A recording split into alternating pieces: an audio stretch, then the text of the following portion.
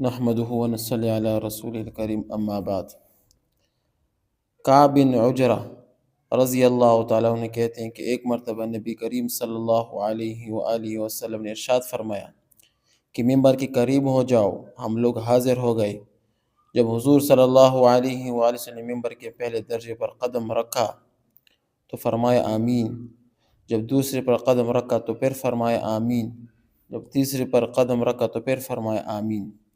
جب آپ صلی اللہ علیہ وسلم خطبے سے فارغ ہو کر نیچے اترے تو ہم نے عرض کیا کہ ہم نے آج آپ سے ممبر پر چڑھتے ہوئے ایسی بات سنی جو پہلے کبھی نہیں سنی تھی۔ آپ صلی اللہ علیہ وسلم نے ارشاد فرمایا کہ اس وقت جبریل علیہ السلام میرے سامنے آئے تھے۔ جب پہلے درجے پر میں نے قدم رکھا تو انہوں نے کہا کہ ہلاک ہو جائے وہ شخص جس نے رمضان کا مبارک مہینہ پایا پھر بھی اس کی مغفرت نہ ہوئی۔ میں نے کہا آمین۔ پھر جب میں دوسری درجے پر چڑھا تو انہوں نے کہا ہلاک ہو جائے وہ شخص جس کے سامنے آپ کا ذکر مبارک ہو اور درود نہ بھیجے۔ میں نے کہا آمین۔ جب میں تیسری درجے پر چڑھا تو انہوں نے کہا کہ ہلاک ہو وہ شخص جس کے سامنے اس کے والدین یا ان میں سے کوئی ایک بڑھاپے کو پاوے اور اس کو جنت میں داخل نہ کرائے۔ میں نے کہا آمین۔ اس حدیث میں 3 شخصوں کے بارے میں وعید فرمائی گئی ہے۔ ایک وہ جو رمضان کا مہینہ پائے، ٹھیک ہے نا، دوسرا اس کی مغفرت نہ ہو، دوسرا وہ جس کے سامنے آپ صلی اللہ علیہ وسلم کا ذکر آ جائے، تیسرا وہ جو والدین کی خدمت نہ کر کے جنت میں داخل ہونے کا مستحق اپنے آپ کو نہ بنائے۔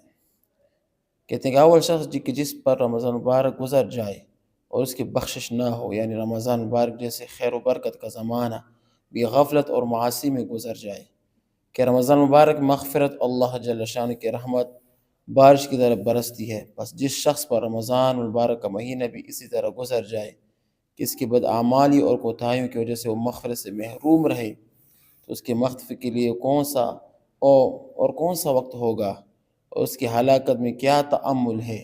اور مغفرت کی صورت یہ ہے کہ رمضان مبارک کے جو کام یعنی روزہ، تراویح، ان کو نہایت اہتمام سے ادا کرنے کے بعد ہر وقت کثرت سے اپنے گناہوں سے توبہ اور استغفار کر کے اللہ پاک پر اپنے گناہوں کو بخشش کرائے۔ تو میرے پیارے بھائیو، یہ برکت کا مہینہ ہے، 3 عشر اس میں ہے، رحمت کا عشرہ، مغفرت کا عشرہ، جہنم کا خلاص کا عشرہ۔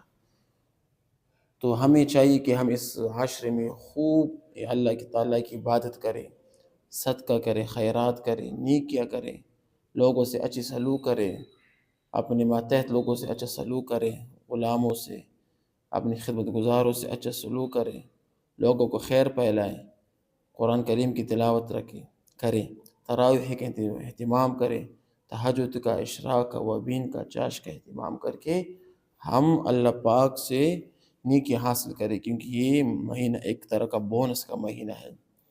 کمپنی میں جب ایک بونس لگتا ہے تو لوگ اس کو بڑے شوق سے اس کا انتظار کرتے ہیں۔ ہمیں بھی چاہیے کہ ہم اس رمضان میں شوق سے عبادت کر کے اللہ پاک سے نیکی حاصل کریں۔ وآخر دعوانا ان الحمد للہ رب العالمین۔